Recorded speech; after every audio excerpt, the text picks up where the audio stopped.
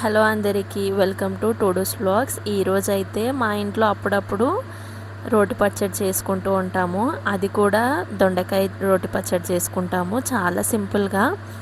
So చాలామంది ఈ busy షెడ్యూల్స్లో అందరూ ఒక్క నిమిషంలో మిక్సీ వేసేసి పేస్ట్ చేసేస్తున్నారు. సో ఒక్కసారి టైం ఉన్న వాళ్ళైతే ఇలాంటి రోటి పచ్చడి చేసుకోండి. సో ఈ పచ్చడి మాత్రం మా అత్తయ్య స్టైల్లో, సో ఊర్లో ఉన్నప్పుడు ఇలాంటి పచ్చడి వారానికి ఒకసారైనా చేసుకునేవారంట. సో అందుకని ఈ వీడియోలో చూపిస్తున్నాము. చాలా సింపుల్గా ఫస్ట్ అయితే కడాయిలో కొద్దిగా ఆయిల్ వేసుకొని ఎల్లిపాయలని అలానే పచ్చిమిర్చి వేయించుకోవాలి. అండ్ అండ్ అంత సన్నగా కాకుండా అంత లావుగా కాకుండా కట్ చేసుకున్న దొండకాయలను కూడా వేసేసుకోవాలన్నమాట. సో దాని తర్వాత 1 లేక 2 టమాటోస్ తీసుకోండి. మీరు ఒకవేళ దొండకాయల క్వాంటిటీ ఎక్కువ ఉంటే మాత్రం కొద్దిగా టమాటోస్ తక్కువనే తీసుకోండి. అండ్ ఇవన్నీ కొంచెం బాగా అంటే మగ్గిపోవాలన్నమాట. సో మగ్గిపోవడానికి అయితే ఒక 2-3 మినిట్స్ అయితే అలా మూత పెట్టేసుకోండి. దాని తర్వాత అందులోకి ఉప్పు వేసుకోండి, ఇంకా క్విక్గా మగ్గిపోతాయి. సో అందుకనేసి దాని తర్వాత కొత్తిమీర వేసేసుకోవాలి. సో ఇవన్నీ మంచిగా మగ్గిపోయిన తర్వాతనే మనం రోటి పచ్చడి చేసుకున్నప్పుడు టేస్ట్ వస్తుందండి. సో మనం వేసుకునేవన్నీ అండ్ అలా ఎక్కువ కాకుండా తక్కువ కాకుండా వేసుకోవాలి. సో మేము ముందుగానే పక్కన వేయించి పెట్టుకున్నాం అనమాట. లైట్గా రోస్ట్ చేసి పెట్టుకున్నాము పల్లీలు అలానే నువ్వులు. సో పల్లీలు నువ్వులు వేయడం వల్ల ఎంత టేస్టీగా ఉంటుందో. సో నేను ఇక్కడ చెప్పడం మర్చిపోయాను, మేము జీలకర్ర కూడా వేసామండి. ఆ క్లిప్ కొంచెం మిస్ అయింది. సో ఫస్ట్ అయితే పల్లీలని మంచిగా దంచుకోవాలి. పల్లీలు అలానే నువ్వులు కలిపి దంచితే మాత్రం పొడి అయితే అవ్వదు. సో ఫస్ట్ అయితే పల్లీలను దంచుకున్న తర్వాత సెకండ్ అలానే నువ్వులను దంచుకోవాలి. సో ఈ వీడియో తీసుకునేటప్పుడు అయితే లోపల కరెంటు పోయిందనేసి మేము బయట కూర్చొని అయితే వీడియో తీసుకుంటున్నాము. సో ఎంత ఎండ కొడుతుందంటే చాలా ఎండగా ఉంది. అండ్ ఇక్కడైతే మా చిన్నోడు మా అత్తకి హెల్ప్ చేస్తున్నాడు. నేను కూడా ఒక చెయ్యి అండ్ చిన్నోడు కూడా ఒక చెయ్యి అయితే వేస్తున్నాడు. అండ్ పచ్చడి ఎట్లా వేస్తుందో చూడాలి, ఎందుకంటే మా బుడ్డోడు కూడా చెయ్యి వేసిండు కాబట్టి. అండ్ ఫస్ట్ అయితే పల్లీలు దంచుకొని తర్వాత నువ్వులు అయితే దంచుకోవాలి. సో ఇంకా పల్లీలు అయితే బాగా మెదిగిపోయినాయి అన్నమాట. మిక్సీలో వేస్తే ఎలా అయితే మంచిగా మెత్తగా పొడి అయిపోతాయో సో చూస్తున్నారు కదా, పల్లీలు దంచితే ముద్దలాగా అయిపోతాయి కదా, అలానే అయిపోయింది. అండ్ ఇక్కడ నువ్వులు కూడా వేసేసుకొని దంచుతుంది అత్తమ్మ. సో ఊరి దగ్గర అయితే మంచిగా చిన్నప్పుడు కూడా చాలా మంచిగా ఎక్కువ రోటి పచ్చడిలే తినేవాళ్ళము. అండ్ ఇక్కడ మా అత్త ఇంకా ఈ పచ్చడి ఎప్పుడైతే స్టార్ట్ చేసామో ఆ కాన్సెప్ట్ కూడా స్టార్ట్ చేసేసింది. అండ్ నేనైతే చిన్నప్పటి నుంచి రోటి పచ్చళ్ళు చాలా తక్కువ, ఎందుకంటే మిక్సీలో వేసేస్తే క్షణాల్లో అయిపోతుంది కాబట్టి ఇంకా అలా అలా అలా అలా ఇవాళ దొండకాయ రోటి పచ్చడి అయితే తినబోతున్నాం. చాలా ఎమ్మీగా వచ్చింది అసలు.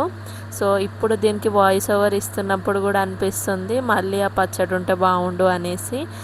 అండ్ ఇక్కడైతే మంచిగా నువ్వులు కూడా దంచేసుకున్న తర్వాత మనం మంచిగా అంటే మగ్గించి పెట్టుకున్నాం కదా దొండకాయలు, పచ్చిమిర్చి, టమాటోస్, ఎల్లిపాయలు అవన్నీ మంచిగా దంచుకోవాలి. మిక్సర్ జార్లో వేస్తే ఏంటి అంటే దోశ పిండిలా పేస్ట్ అయిపోతుంది.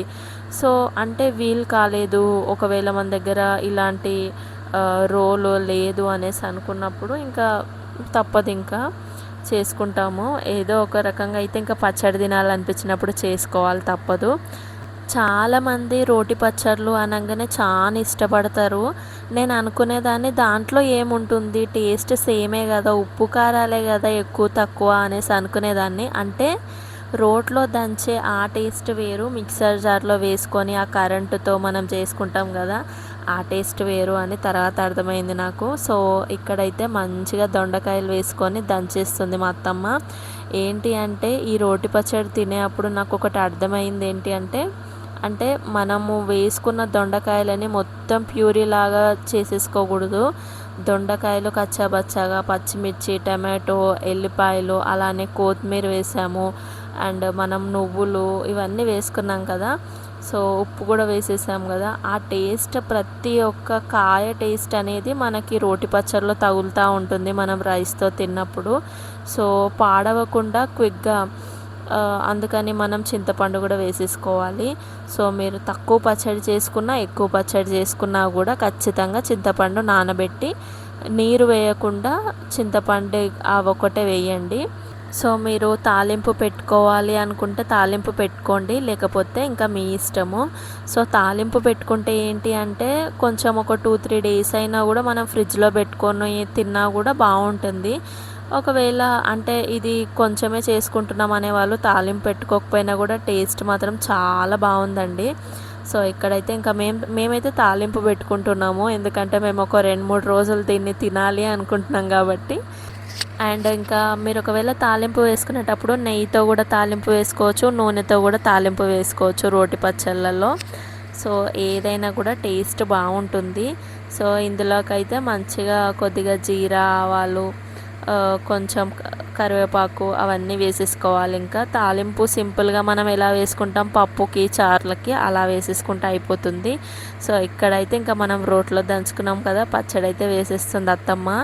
అండ్ ఈ పచ్చడి తాలింపు వేస్తుంటే స్మెల్ ఎంత బాగుందంటే, ఎంత మంచి రెస్టారెంట్కి ఎంత కాస్ట్ పెట్టి వెళ్ళి తిన్నా కూడా ఆ బిర్యానీ పనికే రాదు అసలు. అంత స్మెల్కే ఇంత బాగుంటే ఇంకా వేడి వేడి అన్నంలో నెయ్యి వేసుకొని తింటే ఇంకెంత బాగుంటుంది చెప్పండి. సో ఫైనల్గా మా దొండకాయ రోటి పచ్చడి అయితే తయారైపోయింది. తినడానికి మేము కూడా తయారైపోయాం ఆ రోజు ఎర్లీగా. సో బ్రేక్ఫాస్ట్ కూడా లేట్గా చేసినా కూడా రోటి పచ్చడి చూసేవారికి అందరికీ ఆకలేసింది. నెక్స్ట్ టైం మీరు కూడా ట్రై చేయండి. ఇంకా అండ్ మన ఛానల్ని మొదటిసారిగా చూస్తున్న వాళ్ళు సబ్స్క్రైబ్ చేసుకోండి. వీడియో నచ్చితే లైక్ ఇవ్వండి.